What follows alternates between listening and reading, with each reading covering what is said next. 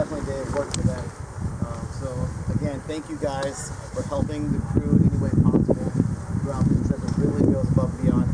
I've had crew members tell me, actually multiple crew members tell me on different trips how much they enjoy our Canyon Ministry trips, because they say, you know, you guys, your trips, your folks are the most helpful people we tend to find down here, and they're always so polite, they're always so generous, and so that really goes a lot to show the love of Christ. So we definitely want to do that as an example of servanthood, an example of serving one another, and even serving those who serve us, right? And so, big part of that. So thank you guys. Let's continue that attitude, that spirit of servanthood throughout the rest of the trip. And I've also noticed that even amongst you guys, helping each other out, setting up cots and tents and jumping in and helping those who may be struggling a little bit with that. So thank you guys for that. Again, today, some exciting stuff. We are dropping into the gorge. These sedimentary rock layers that we're seeing all around us are going to very dramatically change very quickly right past Camp Rapid, our first Class 10 rapid of the Grand Canyon. There's only 3 of them. We're hitting 2 of them today, so it's going to be a big day. Be sure to listen and follow the instructions of the crew, and then you'll be fine. Absolutely.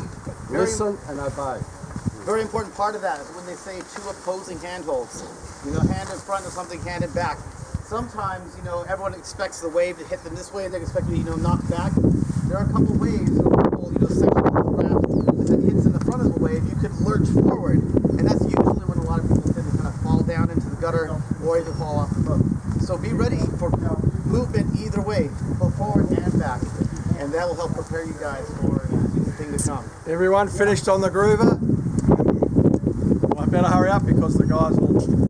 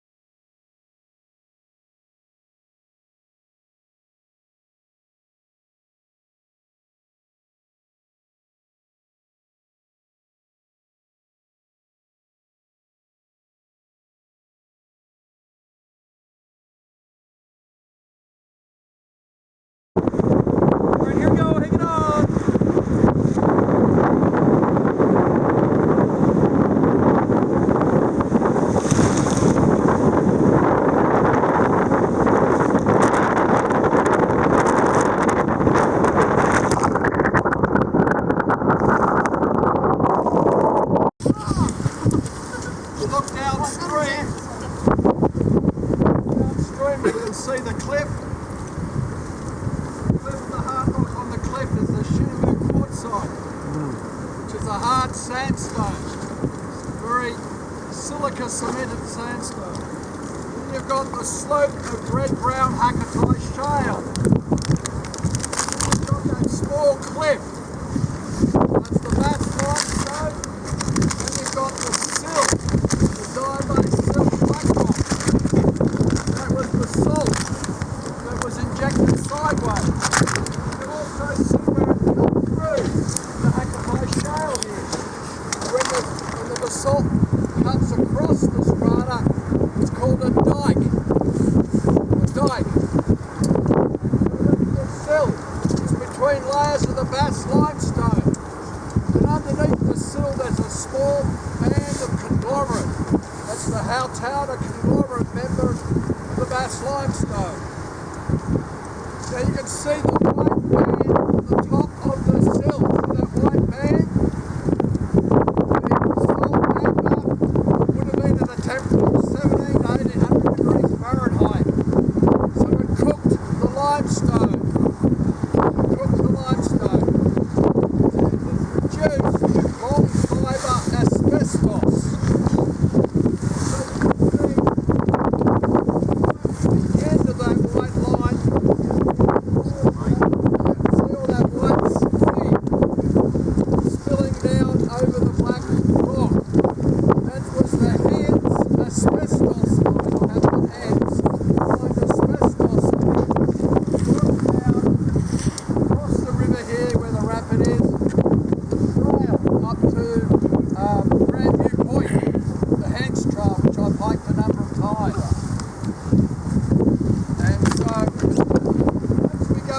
rapid, we're very quickly going to go through those layers. By the time we get to the bottom of the rapid, we'll be in the schist and granite of the inner granite gorge, the upper granite gorge that we're going to be in for the rest of the day.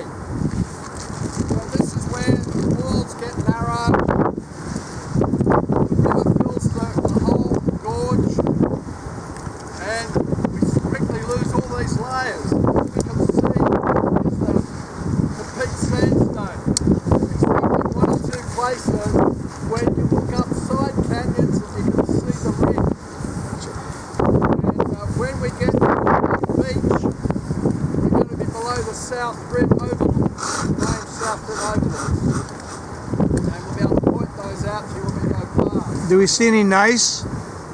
We see the schist, We see schist and granite, but no gneiss. Okay. Not very So nice. remember when you see, you'll see the schist will be dark, some will be black, and then you'll see the white veins of quartz. You'll see big veins of quartz sitting up the pink and white. They're the granitic veins, and then you'll see whole bodies of granite. And are those injected? Those were injected then. Yeah, remember what I said about the partial melting of the schist?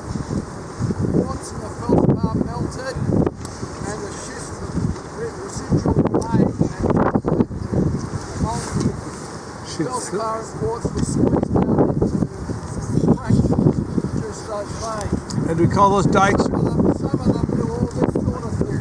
Do we call those dikes or sills? No, they're veins. This veins. Okay.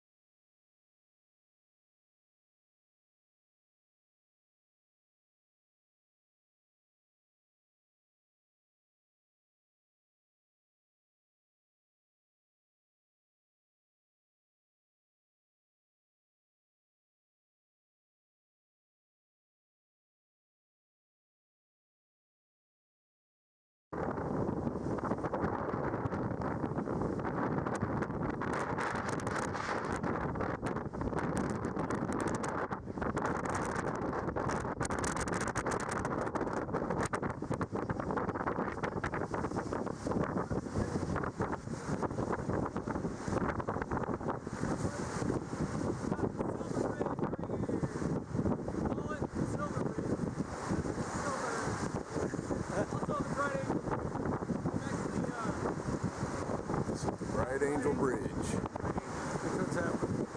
is Bright Angel. The other one is called Black Bridge.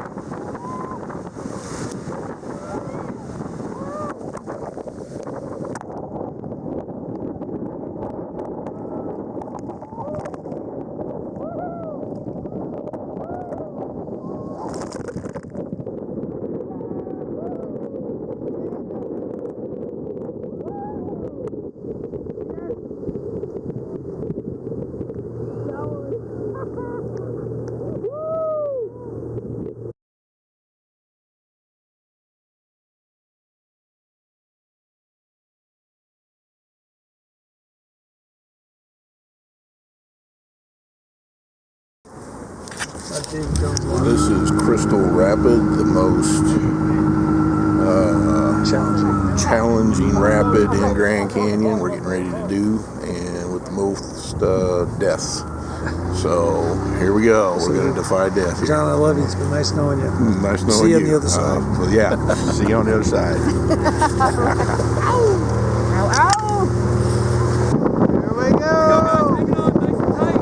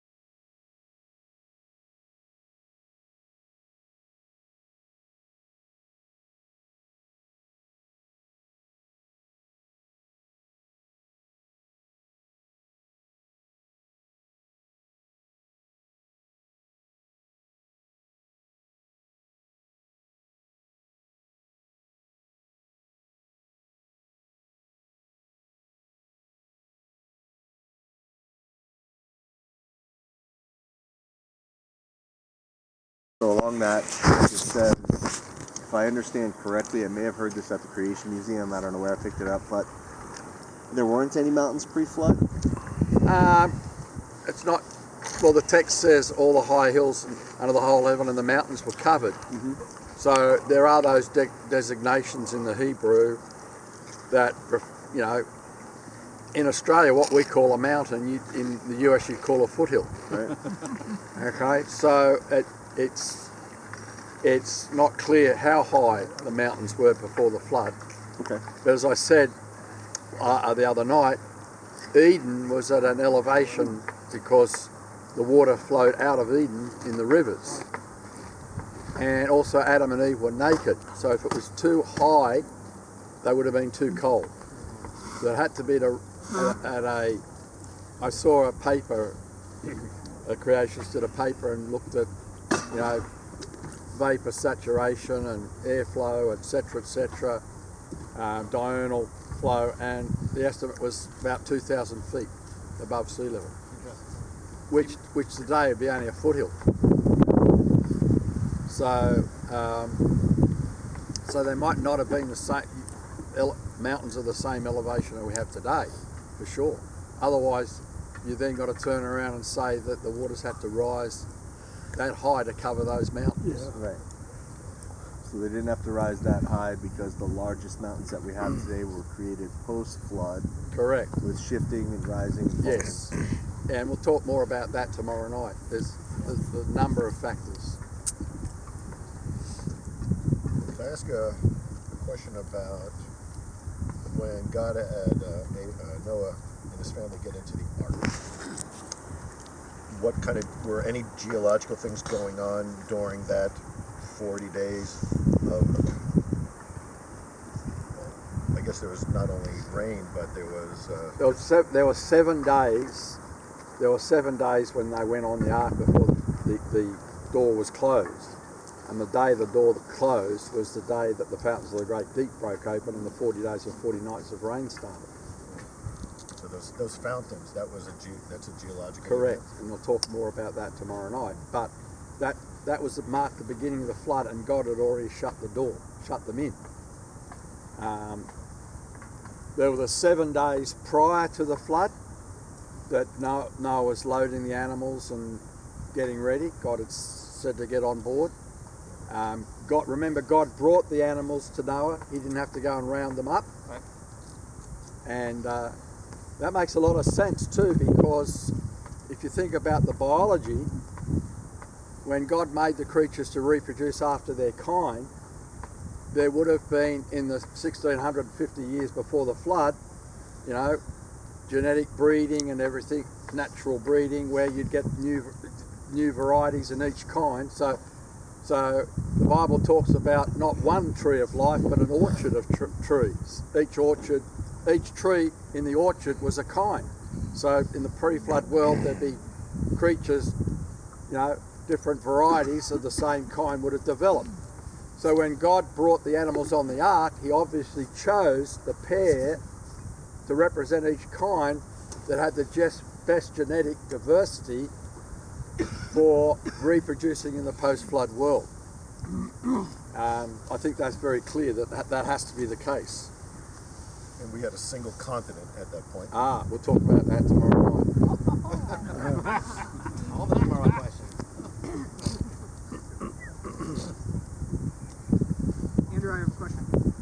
What animals come into the Hebrew explosion? What animals, and why?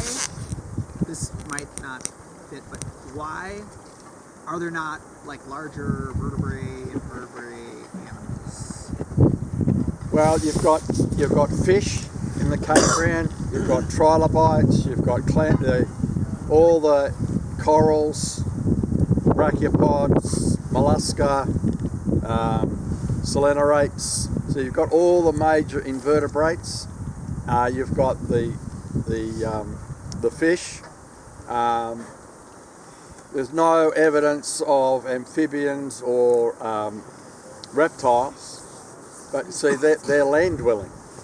So it starts off with all the different marine creatures in the Cambrian.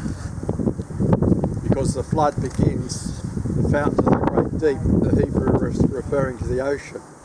So the ocean floor was the first to be disturbed. But wouldn't it all mix? The flood, wouldn't that just mix all that up? Not necessarily. If you're talking about on the shallow ocean floor fringing the continent, where it's starting to deposit, and as it sweeps across, it's going to erode. It's going to carry things up and potentially circle things around the globe. Some of the animals, but remember we've got different elevations as the waters rise. So yes, there's a lot of details to fill in there. There's differences in mobility of animals, in particular, ecosystems. There's a number of factors. I think it's important to understand that the entire world wasn't flooded by the end of 40 days, or 5 days, 10 days. It takes time to flood the entire world. It didn't just happen in Well, an instant. actually, the mixing he's talking about is everything got flooded immediately. no, that's right. It was progressively, but you have to keep in mind that in the text, the word for flood is mabul. The Hebrew word for is mabul, and it refers to the 40 days and 40 nights. Yeah. Every time God uses the word flood, the word mabul, it's only used one other place outside the Genesis account, and it's in the Psalms, is always referring to the 40 days and 40 nights.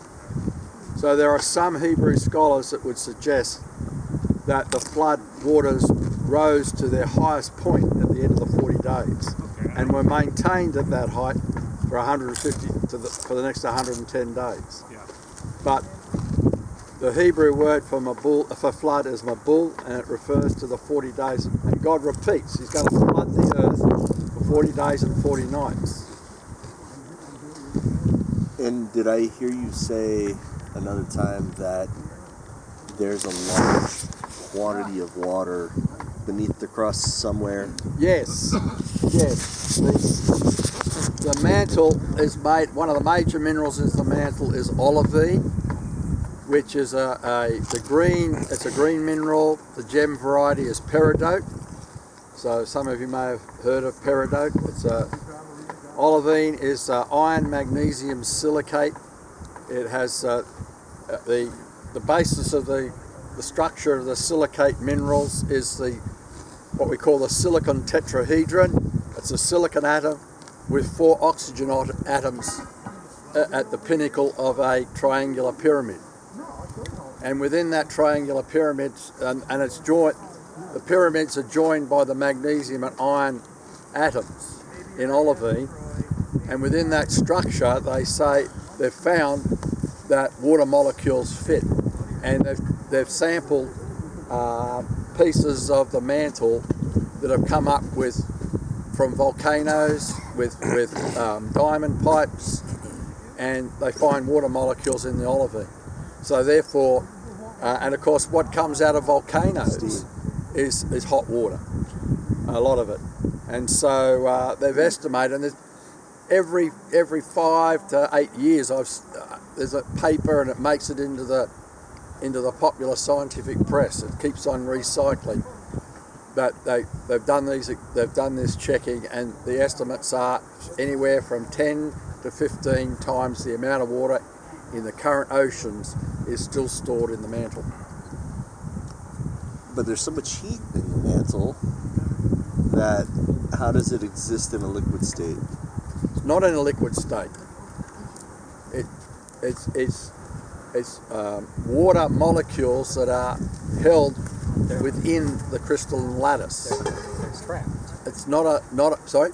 They're trapped. They're trapped. That's right. It's like a bird in a cage. And so it's liquid water, but it's not contained liquid water. So it has to be chemically transformed in some sort of eruption. What happens is once you take the pressure, it's held there by pressure. Okay. Once you release the pressure, then there's a term. There's first and second boiling temperatures. At 370 degrees Celsius, it will boil, flash to superheated steam. Okay. And that's when it starts to go off. That's a lot of water. Pardon? 10 to 15 times more. Yep, that's a lot of water. That's the current oceans. There's 10 to 15 oceans worth of water still stored inside the mantle. Do secularists agree with that? Yeah, it's out of their literature. That's the ones who found it. That's the ones who've documented it. But isn't the actual volume of the ocean you don't have on Everest? Yeah, if you level the topography of the Earth's surface, the water would cover the depth of 1.5 to 2 miles, the whole globe. We have plenty of water already. Pardon? We have lots of water right now without that. Sure. That's of course the deepest part of the oceans is deeper than Mount Everest is high. Alice. For what? The one inside the It's water molecules, but once it becomes superheated steam, it's going to be saline.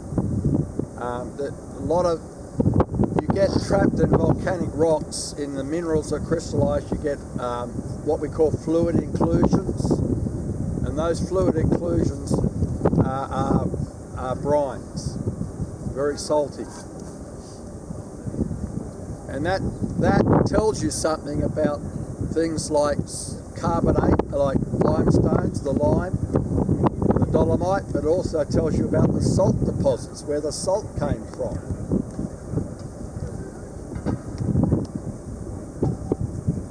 Came out through hot water coming out that was supersaturated in brines. In fact, what was discovered in the 1960s, at the bottom of the Red Sea, there are saline springs, and there's a brine layer at the bottom, a very supersaturated brine layer at the bottom of the Red Sea, in the deepest parts of the Red Sea. Brine is highly salinated water. Yeah, highly saline water. Is it brackish? Is partial? Yes, that's right, yes. So a brine will be as much salt as the water can hold. How does that compare to the Dead Sea? Dead Sea considered brine, Yes, absolutely. where you don't sink? So a brine is very dense, and so it will sit at the bottom of an ocean basin with a less salty water above it.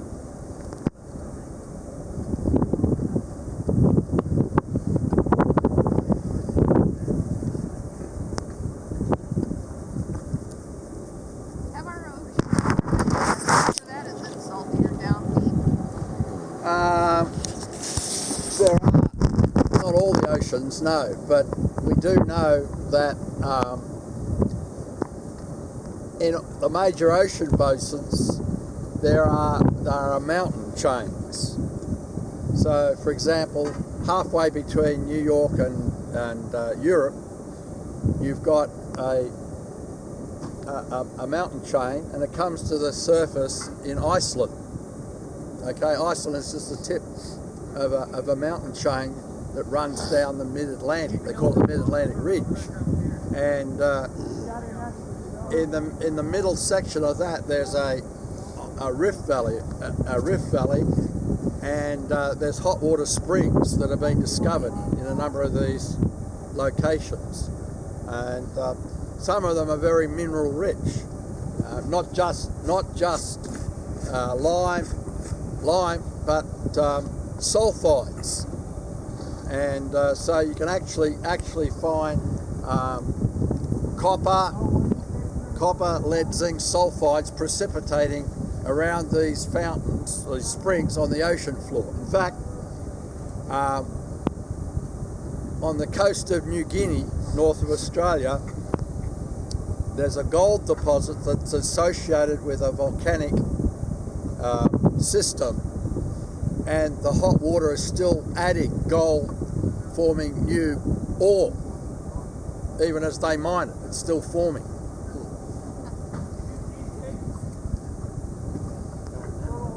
So there's these active processes that are still happening today that are probably remnants of what was going on during the flood, which we'll come to more tomorrow night.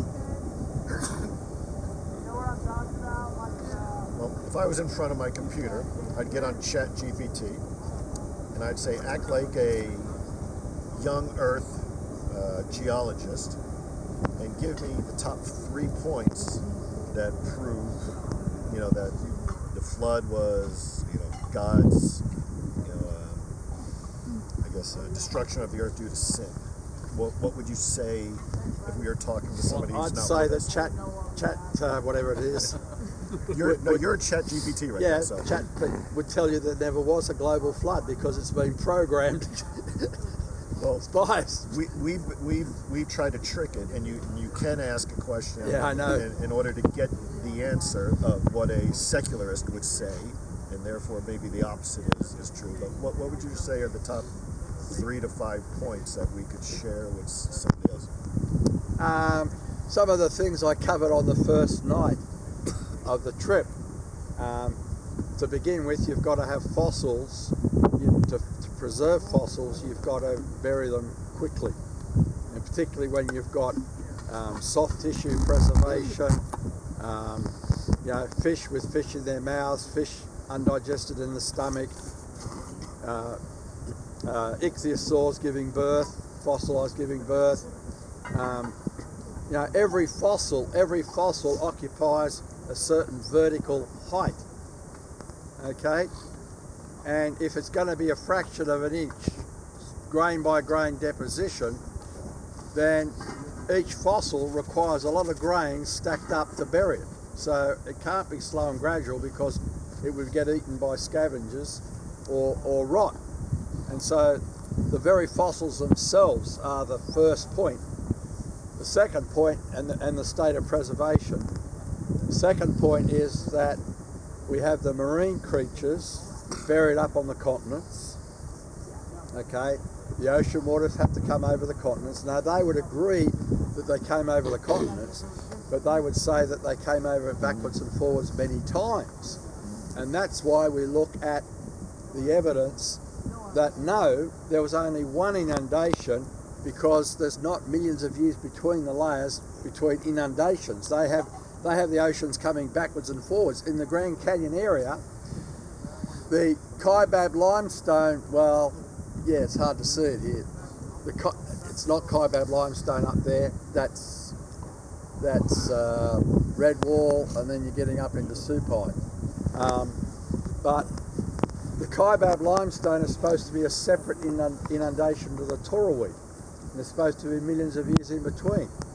So they've got about 7 or 8 inundations for these layers. The sea's got to come in, the sea's got to go out. How do you get that? What mechanism will do that? Is the plateau going up and down? Is the land going up and down, up and down, up and down? No. There's a good reason why that won't happen, which I'll explain tomorrow night again. But so the very fact that these layers, we can show that the boundaries between the layers, you can't find them millions of years because they're nice, neat boundaries, either rapid erosion or nice and neat. The folding of the whole plateau sequence with the layers all bent while they were still soft rules out millions of years. And so the fossils in those layers have to be rapidly preserved. They're marine fossils, they're up on the continent. So the whole thing screams catastrophe on a vast scale when these layers, Red Wall limestone, can be traced right across North America to the Appalachians, over into England, over into Europe and across to the Himalayas. The Tapete sandstone can be traced across North America, North Africa, Israel, over to China, Eastern China and South Korea. I mean, these evidences in totality, when you stack them up, are very powerful evidence for the flood. And if you want all those in one place, go-to resource I wrote those evidences up in a series of articles for our Answers magazine 15 years ago, and so you could go online and evidences or global flood evidences, and it will give you those articles. If you want them all in one place, Answers in Genesis has put them together in what we call a pocket guide on the global flood. There's a number of pocket guides that Answers in Genesis sells. The articles I wrote on radioactive dating and also on radiocarbon dating, they're also available in another pocket guide, but they're also available on the website. Once a magazine issue is 6 months old, by that time all the articles are freely available. So the same with the chalk layer. I mean, the chalk example that I gave you the other night is incredibly powerful for explaining a global flood, because in their explanation, it's a fraction of an inch every 1,000 years to deposit the chalk beds that are 1,000 feet thick in England, and yet we went through what creatures are found fossilised there. The fish 12 feet long with an undigested in its stomach, pliosaurs 15 to 18 feet long, turtles 10 to 12 feet across, dinosaur fossils and bird fossils, how large ones, 5 to 8 feet tall. How do you fossilise those slowly in a layer that's found from England across to the Middle East, across the whole of the Midwest of the US, and in southern Western Australia? I mean, it just doesn't compute. And as I said, they ignore that evidence. It's all available if you want to go. You can go online and find it, and Wikipedia. You can go to the museum at Fort Hays in Kansas, and you'll see all those fossils. And yet they don't put 2 and 2 together and get 4. They totally ignore the implications of those fossils. And so that's why if you try to present that evidence to someone who's an unbeliever, they're going to avoid admitting that you're right, because they've got a spiritual problem. Okay, they suppress the truth and unrighteousness, Paul says, because they don't want to believe that there's a creator who judges because they realised then they'd be accountable to him. As we often say, why does Richard Dawkins fight against someone he doesn't believe exists? Of course Richard Dawkins knows that God exists. Otherwise he wouldn't be fighting God. So we have to remember there's a spiritual dimension to our witnessing to people. That doesn't mean that you don't present the evidence, but know that you're going to get kickback, and just pray that the Holy Spirit will challenge them, because it's the Holy Spirit that will do the work of convincing and converting. I assume the evolutionary community will no longer debate creationists, or is that happening still? No, there's no debates any longer. Generally, I haven't heard of any debates or any challenges. The only most recent one, of course, was Ken Ham debating Bill Nye. If you called that a debate. Yeah, well, he's not a scientist anyway. The science guy.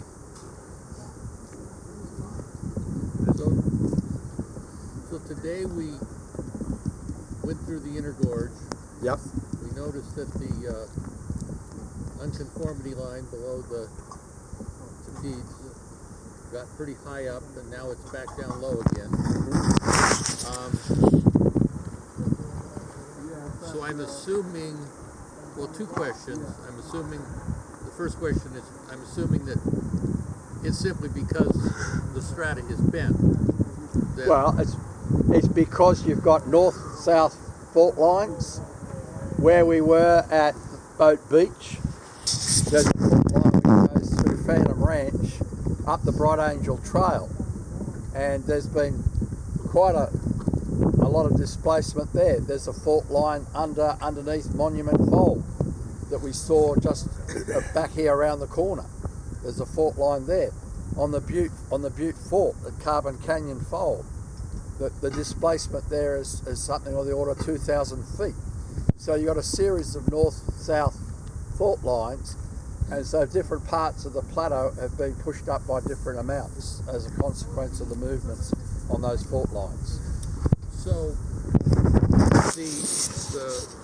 the theory of the lakes, which I agree with, I'm not calling it a theory because I question it, but the theory of the lakes bursting out and rapidly creating the canyon, therefore the layers were soft and rapidly eroded. What about when it got to the basement rock? Well, for starters, if it was too soft, the cliffs wouldn't stand up. Right. So it has to have started to cement. Okay? So what happens is that as it starts down cutting, okay, it's going to get wider as it goes down. But when it gets to the harder basement rock, you've only got a narrow cutting edge, and it's at the very end of the. You've already gone down this far, and you're getting less power because you're getting the water level dropping by the time you get the main canyon. So you've only got the residual fast flow. Remember what happened at Lake Oroville when there was a spillway? What's the term? The term they used when it was eating up. Oh, that's Lake Oroville. That's cavitation. Cavitation, okay. That was what happened to Glen Canyon Dam. Right. Cavitation, where it cut through concrete. So you would say it's the cavitation, the water that cut through the basement rock. Yes. Okay. You people are amazed at the water that cuts on the rock, but those of you who know have some industry background know that they use water to cut lots of things. Metal with it. Yeah, that's right. You machine metal with water. Yep. Andrew, can you explain the three rock layers in terms of their distinct rock types, how the flood water was best explained, why the red wall was limestone, Tapedes is sandstone, and shale and all that, all the different distinct rock types. Yeah, well, the Tonto group, the Tonto group consists of the Tapedes, the the main rock units are the Tapete sandstone we have across here, the river now. Above it is the Bright Angel in the slope just above us here, and then you've got the Muab. You can see some small step cliffs as you go up that slope. That's still part of the Bright Angel, and it's only you get to that main subcliff with the change of colour up there that you're getting into the Muab, and then you've got the Muab. And you've got several units within the Muab. They're all part of the Tonto group, okay? And you start at the bottom of the Tapete sandstone with coarse grains. You might have seen when we had where we stopped, and I pointed out the grains of in the Tapetes. The feldspar? The feldspar. Because they're related to one another. The geologists call that a fining upward sequence. Because when moving water moves, generally, it will sort the grains, particularly. And so Steve Austin has got a diagram in his book on Grand Canyon Monument to the Flood that shows that the floodwaters coming onto the edge of the continent, okay, and bringing in sediment and eroding as they go in, and then as the water turns and you have the backflow underneath, the sediment starts to be deposited. So the first material is the coarser grains because they're heavy and dense, and you get finer and finer as the waters move back. And then as the next surge as the next material moves forward, he's going to deposit more coarse material further inland and put finer material on the coarse material that was deposited by the previous surge. And so you have this stepwise sequence of different grain sizes of layers of different grain sizes being progressively deposited as the waters go up like this onto the continent. And even the secularists acknowledge that sort of, they call it a prograding sequence, and it's a it fines up. So the coarser grains will be the sandstone, the finer grains are your siltstone and mudstones, and then you get the limey material in the deeper water in the backflow of that sequence. And then, of course, the one thing that's been recognised across North America, it's been known now since the 1960s that there are 6 large sequences of rock layers. All the local geological columns fit a sequence of 6 large sequences called mega sequences. That is, mega meaning large, sequence of rock layers or packages of rock layers stacked up on top of one another across the continent. And they're all finding upward sequences generally. They all begin with an unconformity and they all end with an unconformity, indicating that you had surging waters go up, surging waters come down, surging waters go up, surging waters come down. And so the Tapetes, Bright Angel, Muab is the first of these mega sequences. It's called the Sauk, S-A-U-K, mega sequence. And there's 6 of them that are known. And if you want the best